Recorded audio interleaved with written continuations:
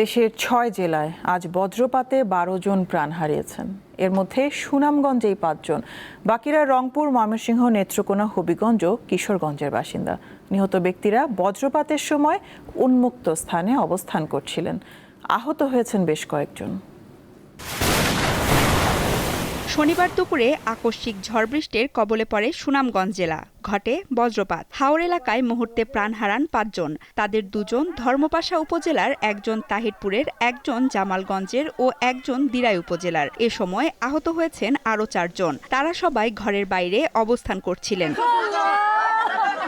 একই দিনে রংপুর মিঠাপুকুরে বজ্রপাতে ২ কৃষকের প্রাণ গেছে, আহত হয়েছে কয়েকজন। মিঠাপুকুর থানার ভারপ্রাপ্ত কর্মকর্তা নুরুজ্জামান জানান, আহতদের মধ্যে ৫ জন হাসপাতালে চিকিৎসা নিচ্ছেন। ময়মনসিংহে বজ্রপাতের শিকার হয়ে ২ জন প্রাণ হারিয়েছেন। তাদের একজন গৌরীপুর উপজেলার কোনাপাড়া গ্রামের এবং অন্যজন গফরগাঁও উপজেলার ধারাইগাঁও গ্রামের বাসিন্দা। নেত্রকোনার আটাপাড়া উপজেলার হাওরে গরুর জন্য ঘাস কাটতে গিয়ে বজ্রপাতের শিকার হন একজন কৃষক। ঘটনাস্থলেই তার মৃত্যু হয় বলে জানিয়েছেন স্থানীয়রা।